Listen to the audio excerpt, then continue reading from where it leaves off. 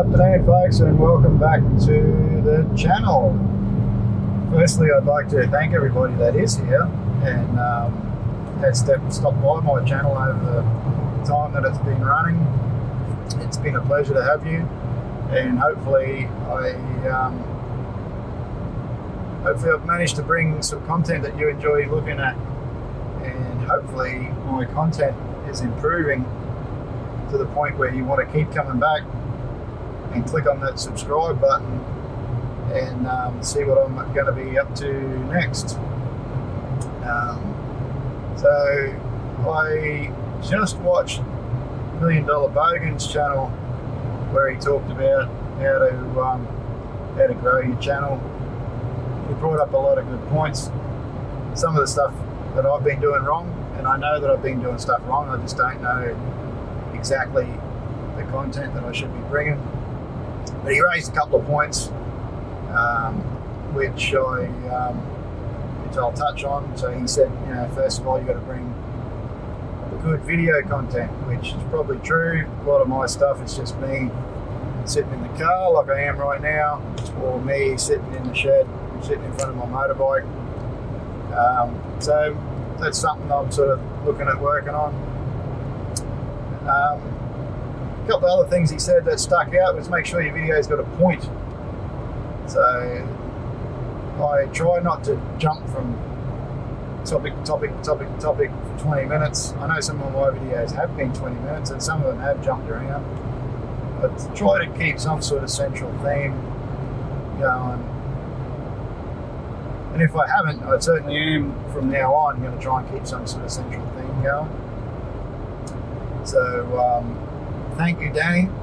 So $1 Million Bogan channel is the reason I got into vlogging or got into YouTube in the first place. I sort of started off, I was trying to sell a GoPro, and the bloke that I was selling it to, he goes, it's no good, won't work, can't do nothing with it. So I thought, well, I'll start a YouTube channel and I'll use that video that he reckons, I'll use that camera that he reckons is no good to shoot video, which I did do for a while, and it did shoot video, and I have upgraded to a newer camera, so there might be some truth in what he said. But at the end of the day, it's not about what you use or about who you are, it's about the stuff you're bringing forward. So my aim is to bring forward better quality for you guys as I progress along. So shoot me a comment anytime, any of the videos, about what you like, what you don't like, if they're too long, if you need to see more stuff, if you're sick of seeing me sitting in the car just running my mouth, as the great Rock would say. Yeah, it's a wrestling reference. If any of you guys are not into wrestling, then it's one of my inspirations for sometimes where I draw some of my content from. So yeah, the Rock is certainly one of the great talkers on the microphone in wrestling, as is Danny, $1 Million Bogan. So yeah, he calls himself the $1 Million Bogan, so I'm just a regular old bogan. I was raised on a diet of small 4-stroke motorbikes and big 2-stroke lawnmowers over the years. So as a kid, my dad loved his Victor lawnmowers.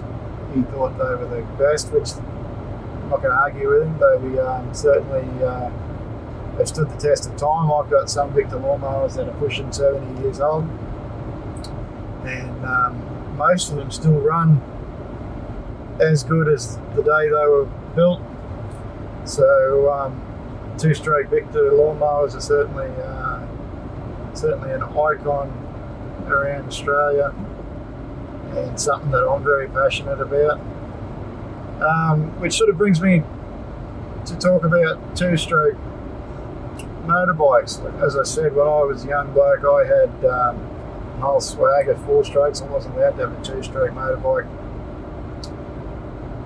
As a kid, again, Dad, and he probably wasn't wrong, thought that the power delivery of a 4-stroke and the noise was a lot more acceptable for a kid roaring around. I'm sure he didn't want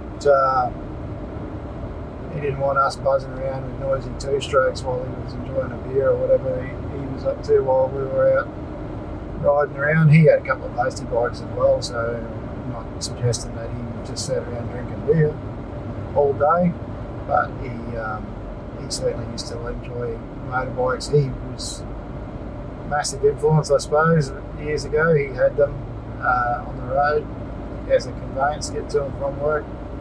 He had a series of farm bikes. Some of them, as I said, some of them over the years were Posties, and then he had a couple of ag bikes, and he was always going to get back into being on the road again as he got older and got towards retirement, but he never did. So it's something that I'm pretty determined that I'm going to make sure I fulfill my destiny and sort of ride bikes. I'm no biker by any stretch, but ride bikes until I get too old to do so, or I get no longer able to do it. So 2-stroke bikes. I didn't get onto a 2-stroke dirt bike until I was sort of 25, and I can sort of see a little bit about where the hype certainly come from. Very nimble machines, a lot different technique to ride that I sort of took me a little bit to get used to, and the power delivery with the really sharp power band and the lightweight certainly makes for a different riding experience. And I wouldn't say it's better or worse at my level anyway. If you can really ride, they probably are a lot better because they're a lot lighter. And but at my level, the power delivery was different. It was interesting. I enjoyed it for different reasons, and I like my 4-strokes. I like 2-strokes. I certainly like the sound of 2-strokes. So you'll see a bit of a theme running through the channel with me with 2-stroke engines. So I will endeavour to bring you guys a 2-stroke motorbike as part of that, and see how that progresses and what it turns into. But just wondering whether you guys are enjoying the mower videos that I've been bringing forward. So there's been a couple already posted up, a couple of ones where I've been tinkering, getting them going, a couple that I've just dragged them out of the shed and started them up and mowed the lawn with them, a couple of Chris's hot laps. So Chris is a guy off one of the other pages on Facebook that I'm part of. He, as I said, on each of his hot laps that I've brought forward so far, he is, in my opinion, the master of the hot lap. So I hope you guys have enjoyed that as much as I've enjoyed bringing it to you. But if you get the opportunity, shoot me a message or shoot me a comment to any of these videos. Tell me what you think of the content so far. And a big shout out to Danny. Thank you very much, mate, for giving me the motivation to get started. I definitely fell on his channel by accident. I saw him riding that 120cc monkey bike across the country and thought, I'm going to get a part of that, which is where the start of my Postie Bike series come from. They run a similar engine. I won't say it's the same, but it's certainly similar capacity and similar amount trials and problems that he faced with that bike, and as in lack of power and lack of size and lack of brakes. are all shared between the Monkey Bike and the Postie. So by the way, if you're wondering what I call a Postie Bike, there's CT110 in the other parts of the world. So they were brought out to Australia in the 70s. In Australia, Post became one of their biggest buyers, so that was our postal service. The guys coming out and delivering the mail in your mailbox at your house every day. They used to ride them. And at the behest of Australia Post, Honda Australia made some changes to those CT110s over the years and turned it into what we now commonly in Australia call a Postie Bike, which is similar to the CT110 in the rest of the world, but just a little bit more heavy duty, a little bit more geared to what we were doing with them at the time, carrying mail, delivering stuff. So I spent a lot of time at low speed and carried heavy weight and stuff like that. So they did a lot of development work in this, upgrading the suspension and making it last. So they become what we call Postie Bike. So yeah, anyway, $1 Million Bargain was my inspiration for that. So hopefully you guys will see that coming through the channel in the near future. It's interesting to me that we are in a part of the world where very common to have two-stroke lawnmowers back when I was a kid and four-stroke motorbikes. So that was pretty much the way things were done, which is pretty much the exact opposite of everywhere else in the world that is sort of raised on a diet of four-stroke small engines and two-stroke motorbikes over in the US and other parts of the world. So interesting the way things develop here. But I guess in Australia, the two-stroke lawnmower become very, very popular because that was what Victor, the company Victor here in Australia, used as the basis of their engine. They kicked off in the 1950s using Villiers engines, and Villiers are an English company making predominantly two-stroke engines of all sizes. They made two-stroke motorbike engines, and they make four-stroke as well, but they're really well known for their two-stroke engines. And Victor used Villiers two-stroke engines on their first lawnmowers. He got into a bit of a dispute with Villiers one day and decided, hell, I'm going to make my own, which was the way things were done back in Australia in the early 50s. If you wanted something, you just went out and you made it happen. And he built his own two-stroke engine, which was every bit as good and in most respects was better than the Villiers. And he made it a little bit bigger and he made it a little bit sturdier, just to run up Villiers as much as he possibly could in the day. And that motor, as I said, has pretty much lasted with very minor tweaks for the next 25 years as the main engine that we all mowed lawns with. It was cheap, it was easy to maintain, it was easy to repair, it was cheap to produce. So all those advantages having a two-stroke, or what the Yanks call two-cycle, we here in Australia call two-stroke engines, rings true for a dirt bike. So